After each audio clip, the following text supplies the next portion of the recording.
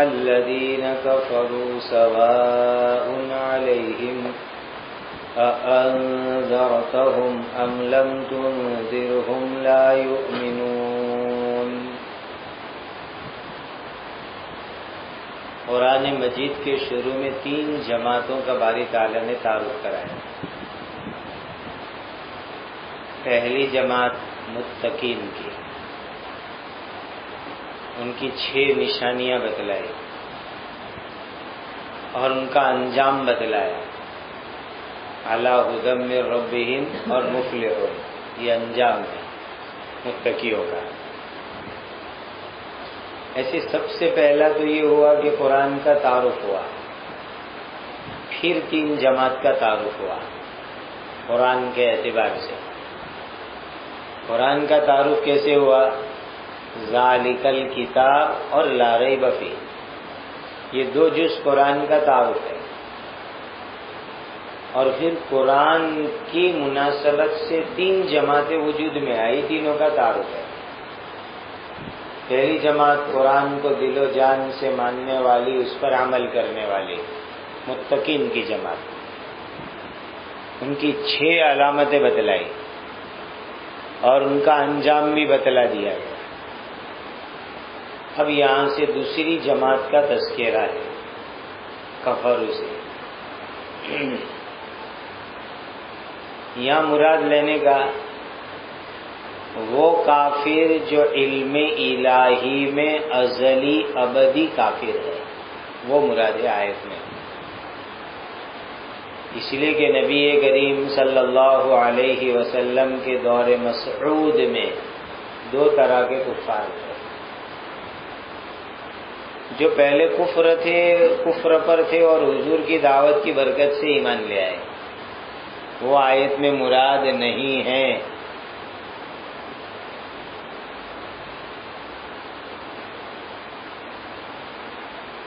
بہت سارے صحابہ شروع دعوت میں ایمان لائے، بہت سارے صحابہ فتح مکہ کے وقت ایمان لائے۔ تو جو صحابہ کفر پر تھے ایمان لے آئے میں آ گئے، وہ الذین کفروا کے مصداق نہیں ہے، بلکہ مصداق ہے ازلی ابدی کفار۔ تو 2 طرح کے کفار حضور کے زمانے میں، پہلے کفر پر ایمان، پھر بعد میں ایمان لے آئے۔ دوسری جماعت جو کفر پر تھے، کفر پر رہے، کفر پر مرے۔ یہ دوسری جماعت آیت کریمہ میں مراد ہے، جن کو ازلی اور ابدی کافر کہا جاتا ہے۔ اسی لیے علامہ سیوطی رحمۃ اللہ علیہ نے مثال میں ابو جہل اور ابو لہب کا استعمال کیا، کیونکہ ابو جہل بھی مرتے دم تک کفر پر تھا، یہ منصوص بات ہے، نص سے ثابت بات ہے۔ ابو لہب بھی مرتے دم تک کفر پر تھا، یہ منصوص بات ہے۔ حدیث میں آپ بخاری میں مغازی میں روایت پڑھو گے کہ ابو جہل کا سر کاٹنے کے لیے جب حضرت عبداللہ ابن مسعود رضی اللہ تعالیٰ عنہ پہنچے بدر میں، 2 بچوں نے اس کو ٹھنڈا کر دیا تھا۔ پھر عبداللہ ابن مسعود رضی اللہ تعالیٰ عنہ نے سر الگ کیا، تو اس وقت آخری جو اس کے ملفوظات تھے، وہ سب ملفوظات اس کے جو ہے یہ بتلاتے ہیں کہ یہ ازلی کافر تھا۔ کہتا ہے کہ محمد صلی اللہ علیہ وسلم کو یہ کہہ دینا کہ آج تک میرے دل میں تمہارے بارے میں جو غیظ غضب تھا، اس وقت اس سے زیادہ ہے میرے دل میں۔ مرتے مرتے بھی وہ کہہ رہا ہے ایسا۔ اس لیے یہ مثال لائے ابو جہل کی کہ ازلی کافر، ابدی کافر، اور اس کا کفر منصوص ہے، اور ابو لہب کا منصوص کفر ہے، یہ تو قرآن سے ثابت ہے۔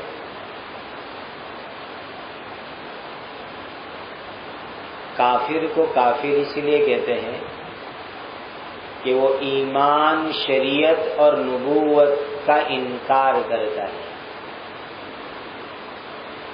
چونکہ کفر باللہ، اس کے معنی آتے انکار کے، ایسے کفر کے لغوی معنی آتے چھپانے کے۔ اسی لیے عرب لوگ کسان کو بھی کافر کہتے ہیں، چونکہ وہ بیج چھپانے کا کام کرتا ہے۔ لیکن جب با حرف جر سیلا کے طور پر استعمال ہوئے اور اللہ کی طرف نسبت ہوئے تو انکار کے معنی میں آتا ہے. کفر باللہ، اللہ کا انکار کیا.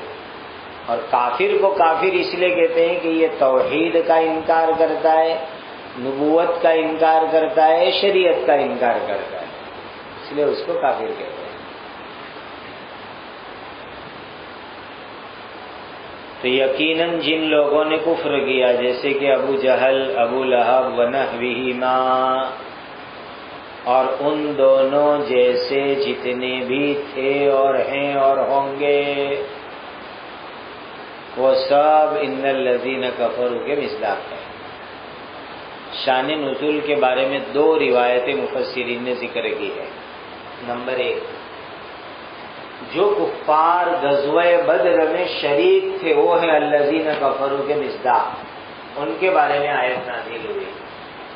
بدر میں شامل تھے اور کفر پر لڑے اور کفر پر مرے، ایمان نہیں لائے، وہ مراد ہے، ان کے بارے میں نازل ہوئی آیت کریمہ. نمبر 2، یہود اور نصارہ کے راہبوں کے متعلق آیت نازل ہوئی ضلوا واضلوا، جو پوری زندگی گمراہی پہ رہے اور دوسروں کو گمراہ کرتے رہے اور گمراہی پر مرے، ان لوگوں کے لیے آیت کریمہ کا نزول ہوا.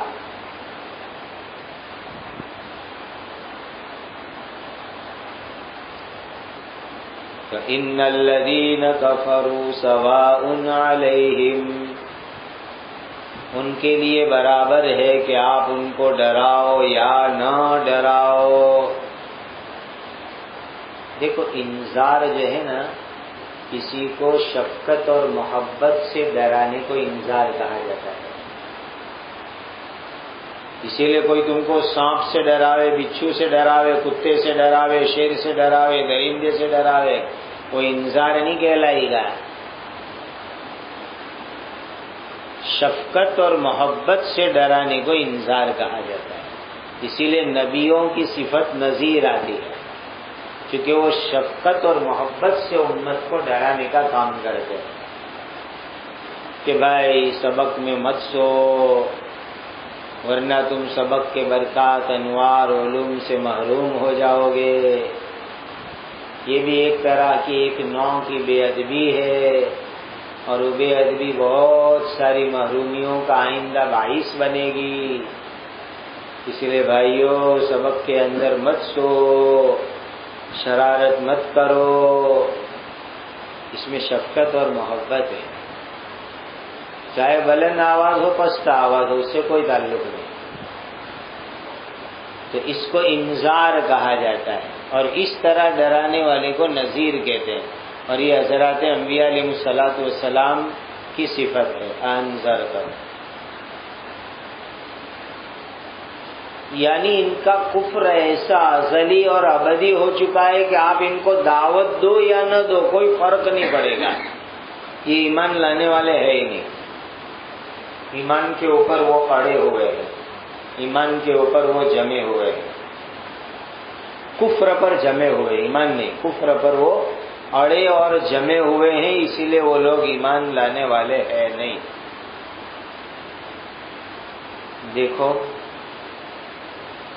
حضرت نبی کریم صلی اللہ علیہ وسلم نے یہ آیت کے نزول کے بعد بھی ان کو ایمان کی دعوت دینے کا سلسلہ جاری رکھا، بند نہیں کیا. اس آیت کے نزول کے بعد بھی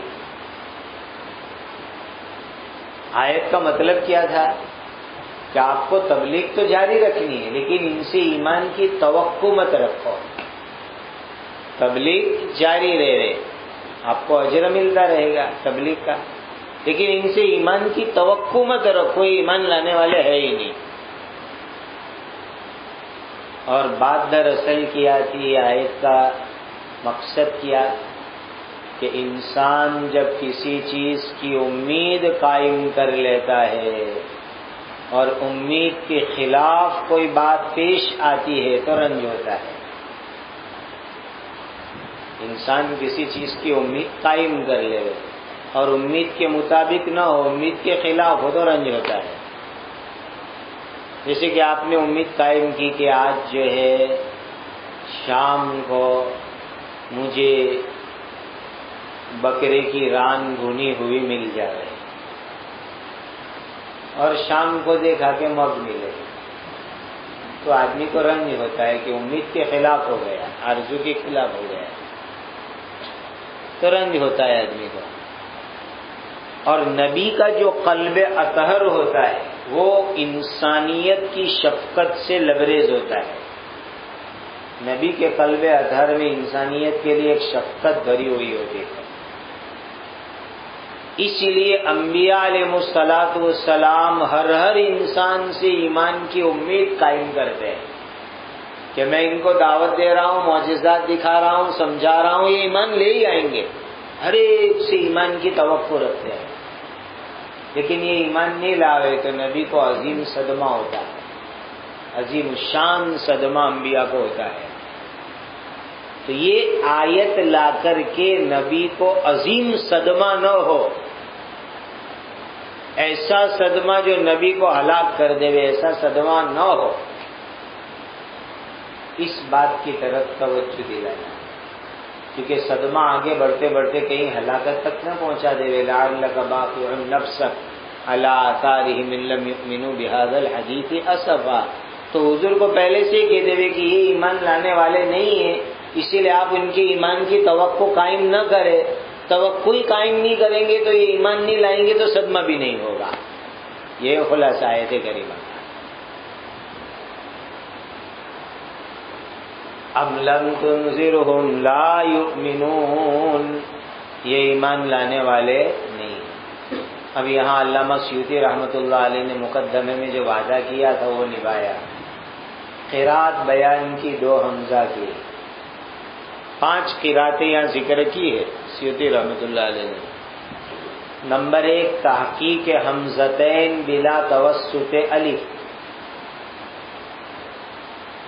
نمبر 2 تحقیق حمزتین مع توسط الف، نمبر 2۔ نمبر 3 تسہیل حمزتین بلا توسط الف، نمبر 4 تسہیل مع توسط الف، اور نمبر 4 دوسری حمزہ کو الف سے بدل کر کے پڑھنا۔ یہ 5 قرات انذرتہم کے اندر امام سیوطی رحمۃ اللہ علیہ نے بیان فرمائی۔ کون پڑھ کے دکھائے گا؟ پڑھو، زور سے پڑھو، بولتے جاؤ کون سی قرات پڑھی؟ جی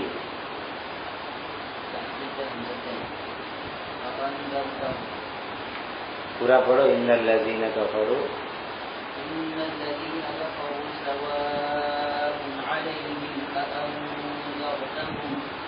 ٹھیک ہے۔ تحقیق حمزتین کون سی صورت؟ تحقیق حمزتین کی بلا توسط الف، جی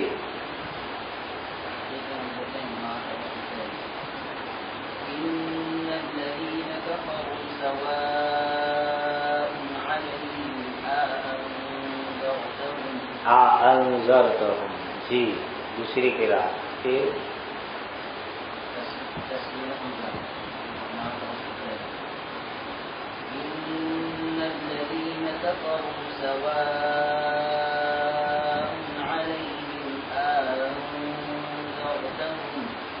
انذرتہم، جی تسہیل مع توسط، جی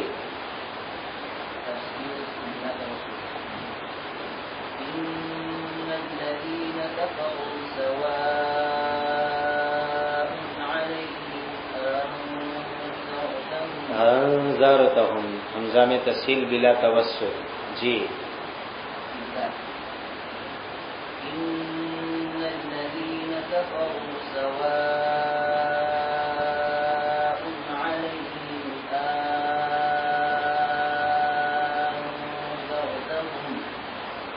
دوسرے حمزہ کو الف سے بدل کر کے. تو 5 قرات امام سیوطی رحمۃ اللہ علیہ نے یہاں پر ذکر فرمائی ہے. مطالعے کے اندر دیکھ لیا کرو جو نئی قرات آئے اس طرح وہ یہ قرات پڑھے ہوئے دیکھ کر لایا کرے باری باری, اور جب آئے تو پڑھ لے گئے, پڑھ کے دکھا دے گئے. ام لم تنذرہم لا یؤمنون. کئی سال ہو گئے تو ہماری مشق چھوٹ گئی ہے, اسی لیے جو ہے آپ سے کروانا ہے اور کچھ نہیں. ورنہ انذر کا میں تو پوری جماعت نے مار کھائی تھی ہماری, پھر صحیح ہوا تھا. ام لم تنذرہم لا یؤمنون. تو آگے سیوطی رحمۃ اللہ علیہ فرماتے ہیں کہ لعلم اللہ منہم ذالک, علت بیان کی لا یؤمنون کی, یہ لام تعلیلیہ ہے. لعلم اللہ, اللہ کے علم کے اندر یہ بات تھی ان کے بارے میں. یعنی یہاں ایک زبردست اشکال پیدا ہوتا ہے نا کہ جب ان کا کفر ازلی اور ابدی تھا تو ایسی صورت کے اندر جو ہے ان کو یہ سزا وغیرہ کیوں دی گئی. یہ آگے والی آیت پر بھی اشکال ہے اور یہاں بھی اشکال ہے. عذاب عظیم پر یہ اشکال واقع ہوتا ہے, تو اس کے جواب ذہن میں رکھو. پہلا جواب, یہاں اللہ تعالی کے علم کے مطابق اطلاع دی جا رہی ہے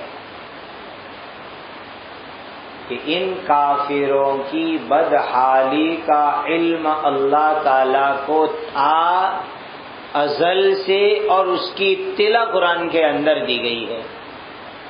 اور اطلاع دینا کوئی مذموم اور بری چیز تھوڑی ہے.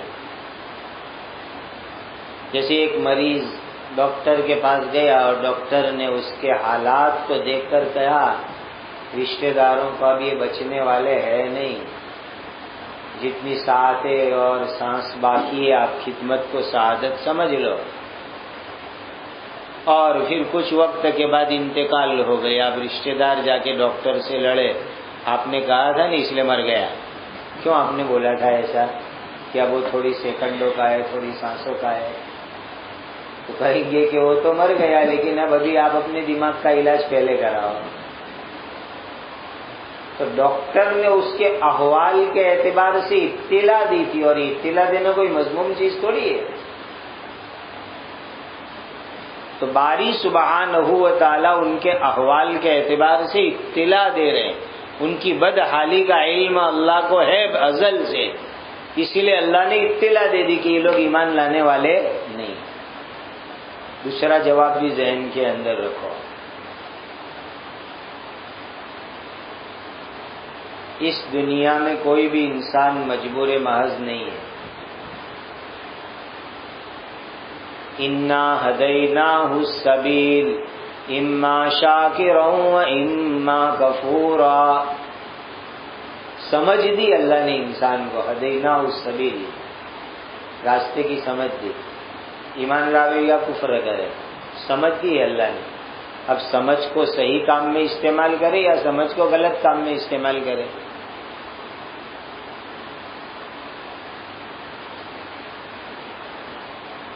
آدمی کو سمجھ دی ہے اللہ تعالیٰ نے, اسی لیے تو وہ اپنی پسند کی چیزیں کھاتا ہے. نامرضیات کو کھاتا نہیں, ناپسند چیز. آپ لاری پر جاتے ہیں 5 آئٹم ملتی ہے, ایک متعین آئٹم کیوں کھاتے ہو؟ کھانے کے لیے مطبخ کی طرف قدم چلتے ہیں, بیت الخلاء کی طرف کیوں نہیں چلتے؟ تو چل آج وہاں جا کے کھاؤ. تب تمہارا اختیار سمجھ میں نہیں آتا تم کو. تو یہ جبریہ فرقے کے لوگوں کو جو ہے سمجھانا ہے, جو انسان کو مجبور محض مانتے ہیں کہ کھانے کے لیے تمہارے قدم کھنچے اور دسترخوان پر کیوں جاتے, بیت الخلاء میں کیوں نہیں جاتے؟ وہاں کہاں گیا تمہارا جبر اور مجبوری کا عالم؟ شادی کرنا ہو تو 15 لڑکیاں دیکھتے ہیں اور ایک کو پسند کرتے, وہاں کہاں گیا جبر؟ تو اس انسان کو اللہ تعالیٰ نے دنیا میں مجبور محض نہیں بنایا، اختیارات دیے اس کو، اور اس کے لیے اس کو سمجھ دی، ہدینہ السبیل، فہم عطا فرمایا۔ اب اس فہم کو استعمال کر کے صحیح راہ اپناوے یا غلط راہ اپناوے، اس کے اختیار کی بات ہے۔ تو چونکہ ان انسانوں نے اللہ کی دی ہوئی فہم اور سمجھ کو غلط کام میں استعمال کیا، کفر شرک اپنانے میں استعمال کیا،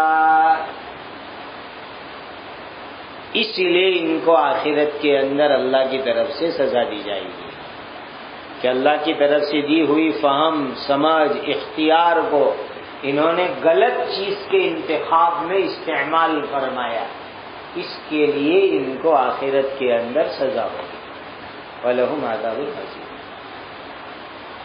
اور تیسرا ایک مسکت جواب بھی صحیح ذہن میں رکھنے کا، اور یہ مسکت جواب ہے حاکمانہ، یہ دو جواب ہے حکیمانہ۔ اور وہ حاکمانہ جواب کیا ہے کہ آپ مثلا ایک پلاٹ خرید کر کے زمین مکان بناؤ، تو مکان کے اندر ایک جگہ پر بیت الخلا بنایا اور ایک جگہ کے اوپر آپ نے کتب خانہ بنایا۔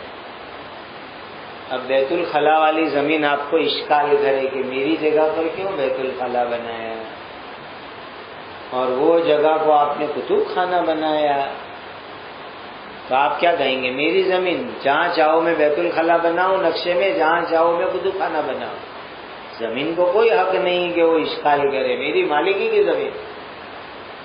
یہ حاکمانہ جواب ہے۔ تو اللہ حاکم ہے اپنے بندوں اور مخلوق کے اوپر، نعوذ باللہ جس کو چاہے کافر بنائے، نعوذ باللہ جس کو چاہے ایمان والا بنائے۔ کسی کو اختیار نہیں ہے اس سلسلے میں سوال کرنے کا۔ یہ حاکمانہ جواب کہلاتے اور پہلے دو حکیمانہ جواب کہلاتے ہیں۔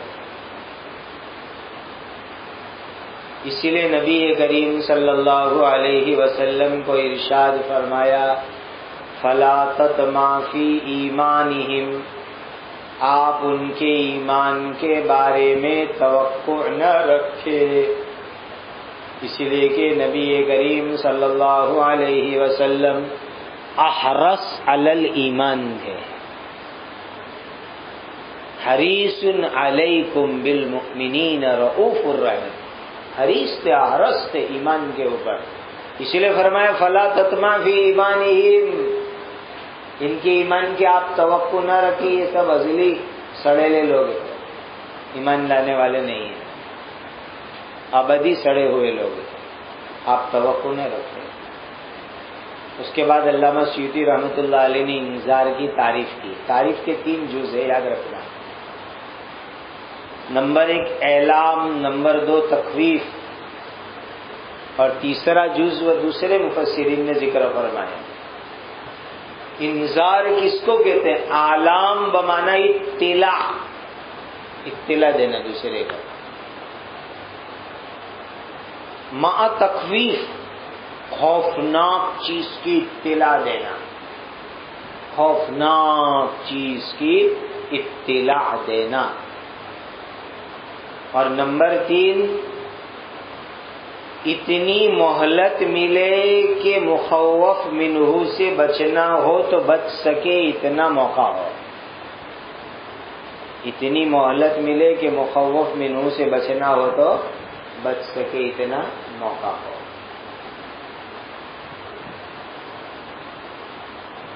جیسے ڈرایا گیا کہ بھئی دیکھو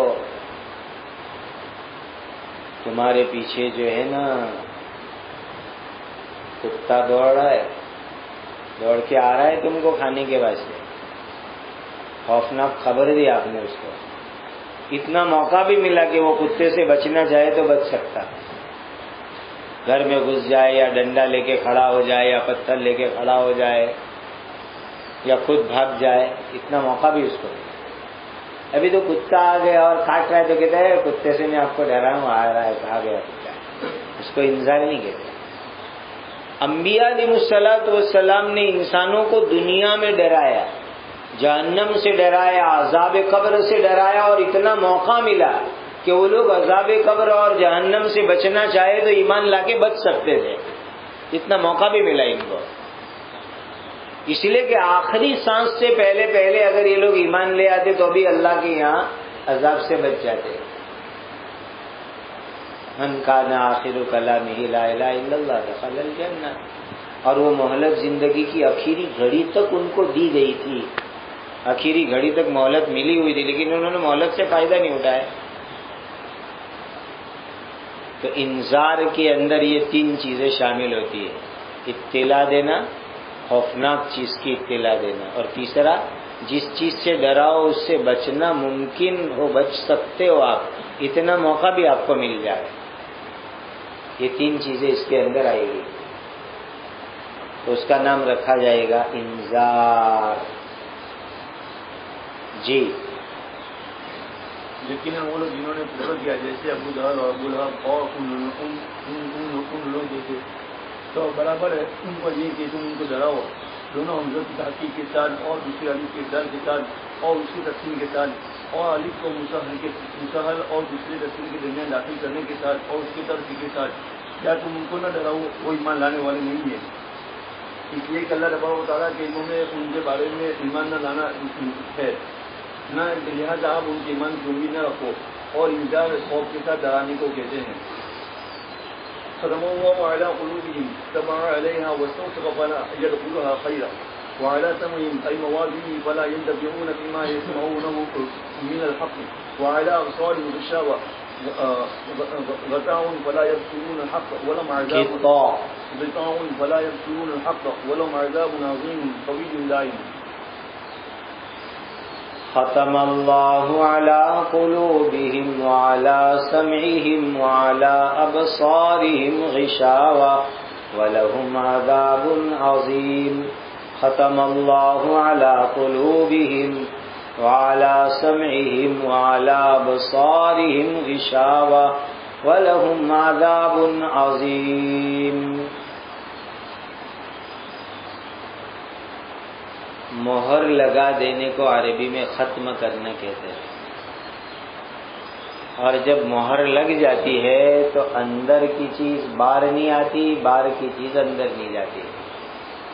یہ مہر کا حاصل ہے. اور قلب آیا آیت کریمہ کے اندر دل مراد ہے. اور قلب کو عربی زبان میں اسی لیے قلب کہتے ہیں کہ وہ پلٹتا رہتا ہے، کبھی اس کی طرف کبھی اس کی طرف پلٹتا اور پھرتا رہتا ہے، اسی لیے اس کو قلب کہا جاتا ہے. مفسرین نے آیت کریمہ میں قلب سے مراد لیا ہے قوت عاقلہ، سمجھ بوجھ کی قوت کو، کہ ان کے دلوں پر مہر لگ گئی، ان کی سمجھ بوجھ پر مہر لگ گئی، عقل پر مہر لگ گئی ان کی.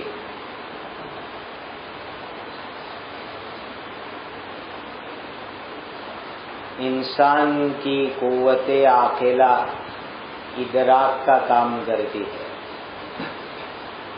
اور علوم اور معارف کو جمع کرنے کا کام کرتی ہے. اب ان پر مہر لگ گئی،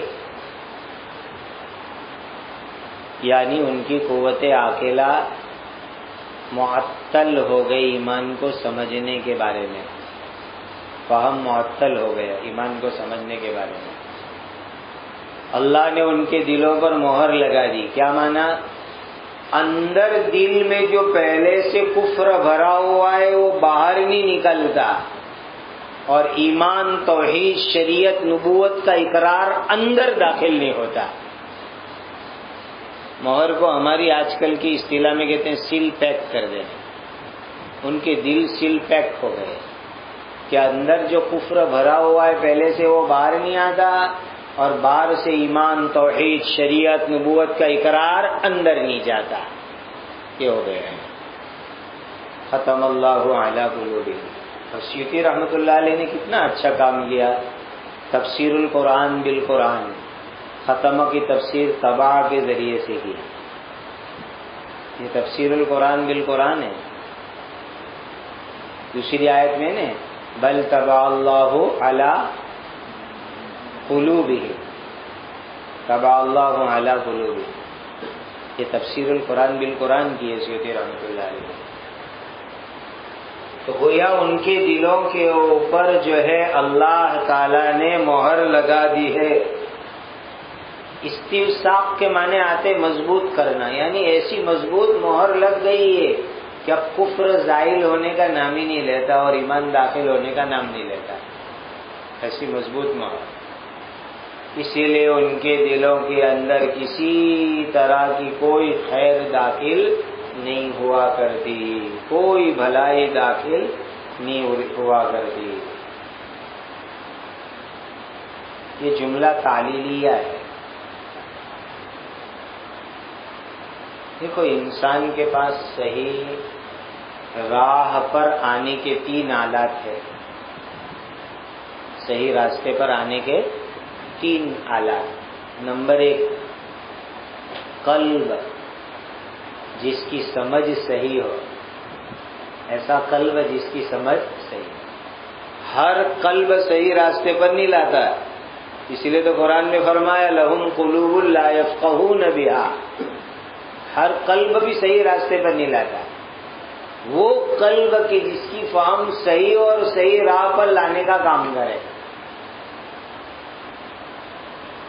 نمبر 2 صحیح بات سننے والے کان، صحیح بات سننے والے کان۔ اور سننا بھی 2 طریقے کے ہوتا ہے، ایک سننا سمجھنا ماننا، اور دوسرا سننے کے بعد انسنی کر دینا۔ ایک ہے سننا سمجھنا اور ماننا، اور دوسرا سننے کے بعد انسنی کر دینا۔ اسی کو کہتے ہیں نہیں کان سے سن کے دوسرے کان سے نکال دینا، وہی ہے دوسری قسم، سننے کے بعد انسنی کر دو۔ اور تیسرے نمبر کے اوپر ہے آنکھ، جو عبرت کا سامان فراہم کرے، اس لیے کہ نبیوں کے معجزات آدمی آنکھ سے ہی تو دیکھے گا، کہ نبی نے شق القمر کا معجزہ دکھلایا، دوسرے معجزات آنکھ سے آدمی دیکھتا ہے اور نبی کا نبی ہونا تسلیم کرتا ہے۔ اسی طریقے سے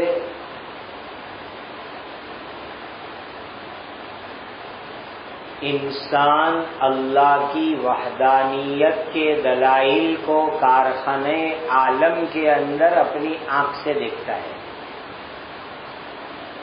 کہ اللہ نے یہ آسمان بنایا، یہ سورج بنایا، یہ چاند بنایا۔ افلا ينظرون الى الابل کیف خلقت، اللہ خود آنکھ سے دیکھنے کی دعوت دے رہے ہیں کہ دیکھو اور عبرت پکڑو، یہ دیکھنا ہوگا برائے عبرت۔ یہ 3 آلات ہے ہدایت پر آنے کے، 3 آلات ہدایت ہے۔ ختم اللہ علی قلوبہم، اللہ نے ان کے دلوں پر مہر لگا دی اور مضبوط کر دیا۔ فلا یدخلھا خیر، کوئی خیر بھلائی ان کے دلوں کے اندر داخل نہیں ہوتی، اور اندر کا سڑان باہر نہیں نکلتا، کفر کا سڑان باہر نہیں نکلتا، اور ایمان کا نور اندر داخل نہیں ہوتا۔ ایسا ان کا دل جو ہے کفر پر مضبوط جمع ہوا، پکا ہو چکا ہے۔ وَعَلَىٰ سَمْعِهِمْ، اور ان کے کانوں کے اوپر بھی جو ہے مہر لگ گئی ہے۔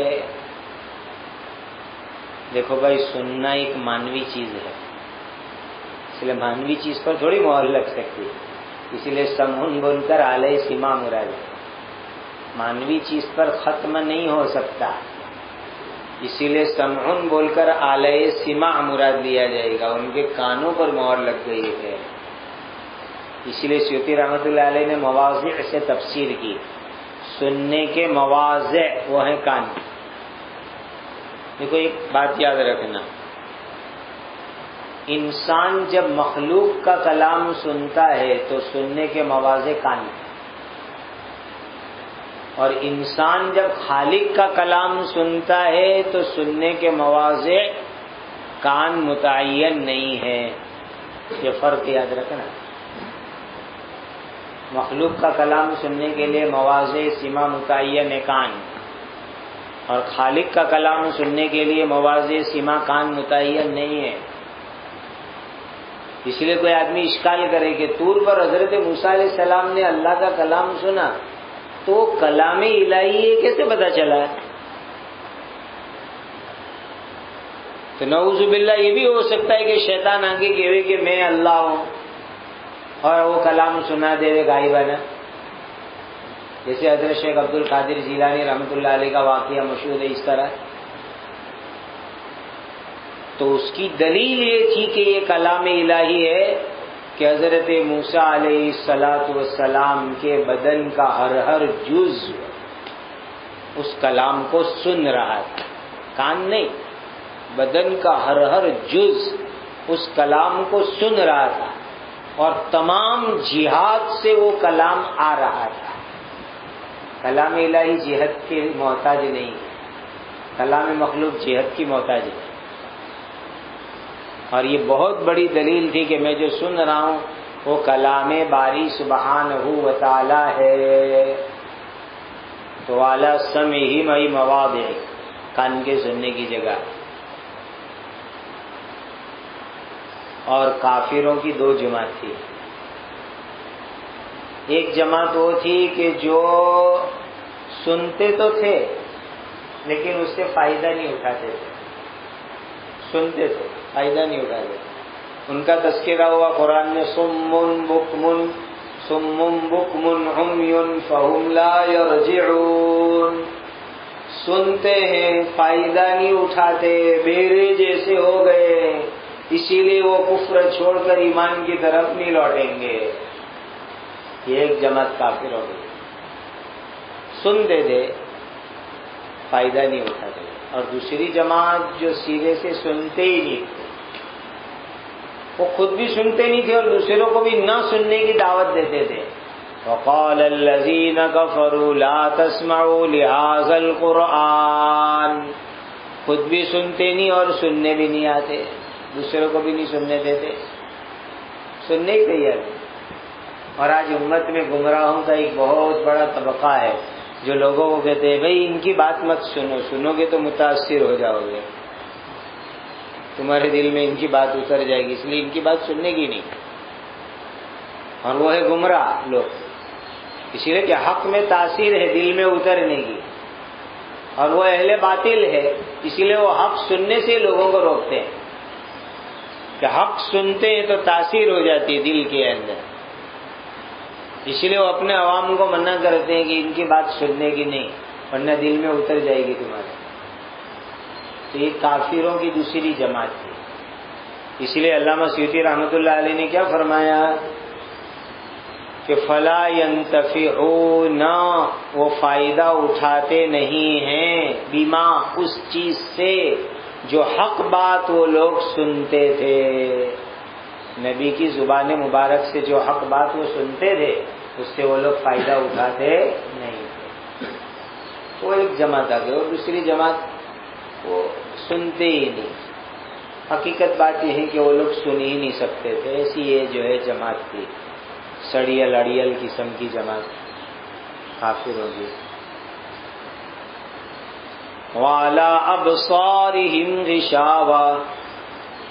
غشاوہ پردے کو کہتے ہیں، پردہ، آڑ، حجاب، پردہ. سر کو ڈھانکنے والے کپڑے کو بھی غشاوہ کہتے ہیں عربی میں. جیسے عورتیں جو ہے سر کے اوپر اسکارف باندھی ہے، مرد ٹوپی پہنتے ہیں پلاسٹک کی بارش سے بچنے کے لیے، سب غشاوہ کہلاتے ہیں. سرپوش، ڈھانکنے کی چیز، پردے کی چیز، غشاوہ. تو ان کی آنکھوں کے اوپر پردہ لگ گیا ہے. دیکھو قرآن کی تعبیرات بھی بڑی بلیغ ہے. کتنی بلیغ تعبیر کی کہ دل اور کان کا تذکرہ آیا تو لفظ ختم استعمال فرمایا. دل کا تذکرہ آیا، کان کا تذکرہ آیا تو لفظ ختم استعمال فرمایا، اور آنکھ کا تذکرہ آیا تو پردہ استعمال فرمایا، غشاوہ۔ حکمت کیا ہے اس میں؟ کان کے اندر تمام طرف سے آوازیں آ سکتی ہیں، اسی لیے ایک سائڈ ساؤنڈ پروف کرنے سے آواز بند نہیں ہو جاتی، اسی لیے ختم کا لفظ لائے، کان پہ مہر لگاؤ، کسی طرح کی کوئی بات سنائی ہی نہیں دے، اسی لیے وہاں ختم کا لفظ آیا، کیونکہ کان میں تمام طرف سے باتیں آئے گی، امام، خلف، یمین، شمال، فوق، تحت، شش جہات سے آواز آ سکتی ہے، اسی لیے وہاں ختم اور مہر ہوگی تو ہی آواز نہیں جائے گی، ایک طرف کے پردے سے کام نہیں چلے گا۔ یہی حال ہے دل کا بھی، دل تو پلٹتا رہتا ہے، سمجھ فہم میں آزاد ہے، ہر طرح کے خیالات ہر طرف سے آ سکتے ہیں، ہر طرح کے خیالات ہر طرف سے آ سکتے ہیں۔ الذی یوسوس فی صدور الناس، دو بڑی ٹیم خیالات ڈالنے والی، من الجنۃ والناس، ایک جناتوں میں سے شریر خیالات ڈالنے والے اور دوسرے ناش مارنے والے ناس، یہ دونوں جو ہے مختلف طرح کے خیالات انسانوں کے دلوں میں ڈالتے رہتے ہیں، ہر طرح کے خیالات ہر طرف سے دل میں آ سکتے ہیں، اس کے روکنے کا ایک ہی ذریعہ مہر لگاؤ، اسی لیے فرمایا کہ ختم اللہ علی قلوبہم وعلی سمعہم۔ اور آنکھ ایسا آلہ ہے کہ وہ تمام جہات کی چیز نہیں دیکھ سکتا، جس جہت کی چیز دیکھنا ادھر لے جانا پڑے گا آنکھ کو، سامنے دیکھنا ہو تو آنکھ کو سامنے کرو، یمین کی طرف دیکھنا ہو تو آنکھ کو ادھر کرو، شمال کی طرف دیکھنا ہو شمال کی طرف کرو، اوپر دیکھنا ہو اوپر کرو۔ آنکھ میں تمام طرف کی چیز کو بیک وقت دیکھنا ناممکن ہے، جدھر کی طرف دیکھنا ہو ادھر آنکھ کو لے جانا پڑے گا، اسی لیے ایک جہت میں پردہ آ جائے گا آنکھ کا کام بند ہو جائے گا، اسی لیے فرمایا وَعَلَىٰ أَبْصَارِهِمْ غِشَاوَةٌ، ان کی آنکھ پہ پردہ پڑ گیا، اسی لیے ان کو حق بات نظر آتی نہیں ہے، غطا کے معنی پردہ، فَلَا يُبْصِرُونَ، وہ دیکھتے نہیں ہیں، کس کو نہیں دیکھتے؟ حق نہیں دیکھتے، ورنہ ان کو بت تو بہت دکھتے ہیں، باطل تو بہت دکھتا ہے، غلط چیز تو بہت دکھتی ہے، حق بات ان کو نظر نہیں آتی۔ معلوم ہوا کہ دیکھنے کے بھی دو درجات ہیں، جیسے سننے کے دو درجات ہیں، ایک دیکھنا، ماننا، عمل کرنا، اور دوسرا دیکھنے کے باوجود اندیکھا برتاؤ کرنا۔ جیسے ایک دوست کو آپ دیکھیں لیکن آپ کو ڈر ہے کہ اگر میں اس کی طرف متوجہ ہوں گا تو مجھ سے کچھ مطالبہ کرے گا، تو آپ اس کو دیکھنے کے باوجود بھی اندیکھا برتاؤ کرتے جیسے دیکھا ہی نہیں، تو بیچارہ آ کے کہتا ہے پہچانا کہ نہیں پہچانا؟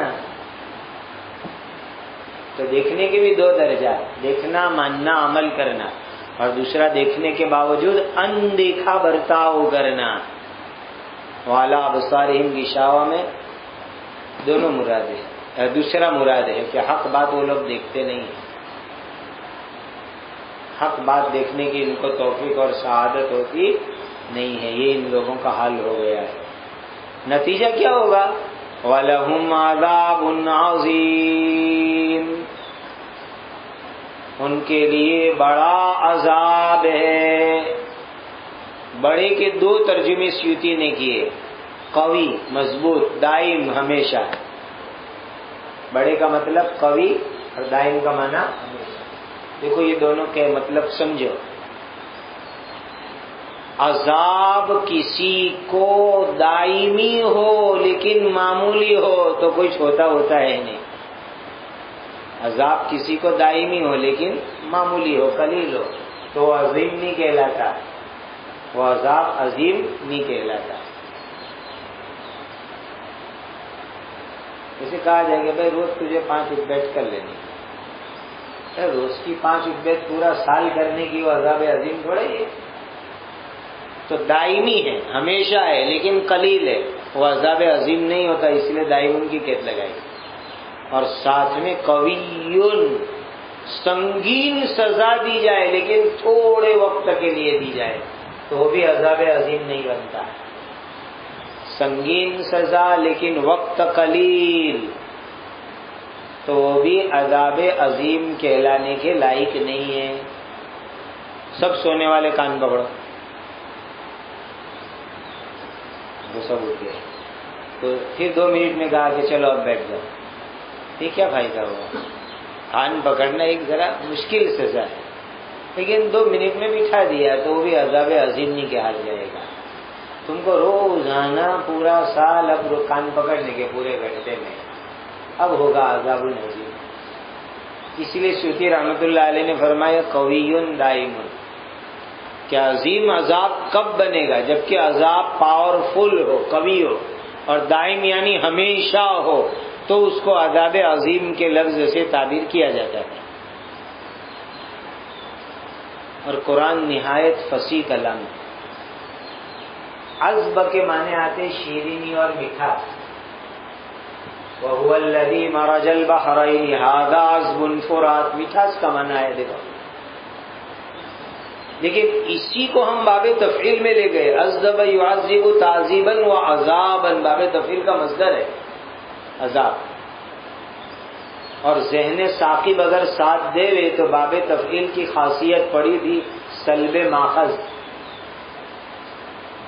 تو وہاں سلب ماخذ ہو جائے گا، یعنی مٹھاس ختم، اور مٹھاس ختم ہوئے اسی کو تو تکلیف اور عذاب کہا جاتا ہے۔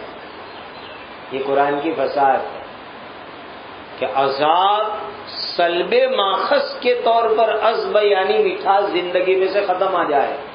آدمی کہتا ہے نہیں کہ نیند نہیں آتی مجھے، کھانا اچھا نہیں لگتا، چین نہیں ہے، یہ ہے عذاب العظیم۔ یہ سلب ماخذ کے طور پر اس کا مفہوم نکلا ہے عذاب العظیم کا، کہ ان کے لیے بڑا عذاب ہے اللہ تعالیٰ کی طرف سے۔ تمام ہم ضمیر کے مرجع جو ہے ان الذین کفروا ہے۔ اللہ سبحانہ و تعالیٰ نے سب سے پہلے کتاب اللہ کا تعارف کروایا، ذالک الکتاب اور لا ریب فیہ، اس کے بعد 3 جماعتوں کا تعارف کروایا، قرآن کی نسبت سے ہونے والی 3 جماعت، ایک قرآن کو ماننے والے، عمل کرنے والے متقین، ان کے 6 صفات بیان کیے، ان کا انجام بھی بیان کر دیا، ھدی من ربہم اور مفلحون۔ پھر دوسری جماعت کا تعارف کروایا جن کا کفر ظاہر ہو، بین ہو، واضح ہو، اور ان کا نتیجہ بھی بیان کر دیا، وَلَهُمْ عَذَابٌ عَظِيمٌ، انجام بھی بیان کر دیا۔ اور پھر تیسری جماعت کا تذکرہ ہو رہا ہے، جو زبان سے ایمان لاوے دل کے اندر ایمان نہ ہوئے، یہ تیسری جماعت ہے۔ اور یہ تیسری جماعت بڑی ڈینجر اور خطرناک جماعت ہے۔ اسی لیے دیکھو متقین کا تذکرہ 5 آیت میں، کافروں کا تذکرہ 2 آیت میں، اور منافقین وَمِنَ النَّاسِ سے چالو ہوں گے تو وہاں تک آئیں گے، کہاں تک دیکھو،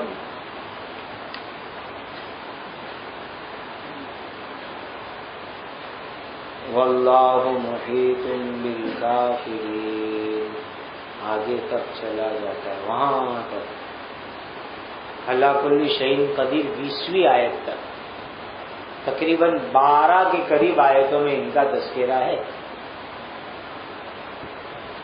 تو اس سے اندازہ لگاؤ کہ تیسری جماعت کتنی ڈینجر جماعت ہوگی، کہ 12 آیتوں میں ان کا تذکرہ ہوا تقریباً۔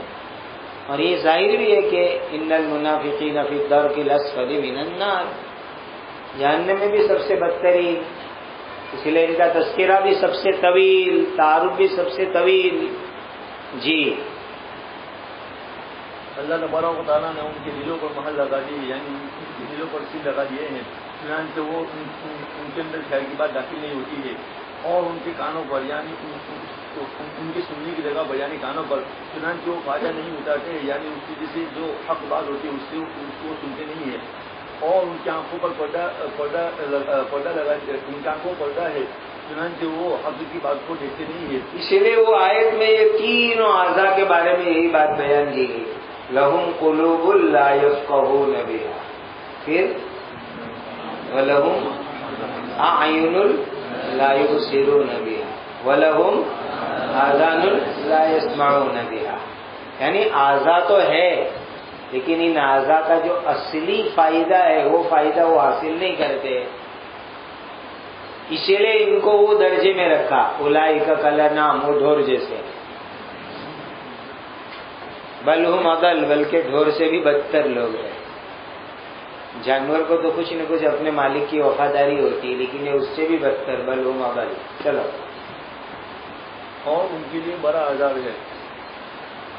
وہ نظر بالمنافقین. بس.